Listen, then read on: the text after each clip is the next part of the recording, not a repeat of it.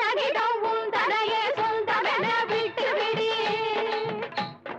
தந்தனிடம் உன் தனையே சொந்தமென விட்டு விடு சந்தனமும் செல்வமெல்லாம் வீடு வருமே உன் சந்ததிகள் அத்தனைக்கும் கூட வருமே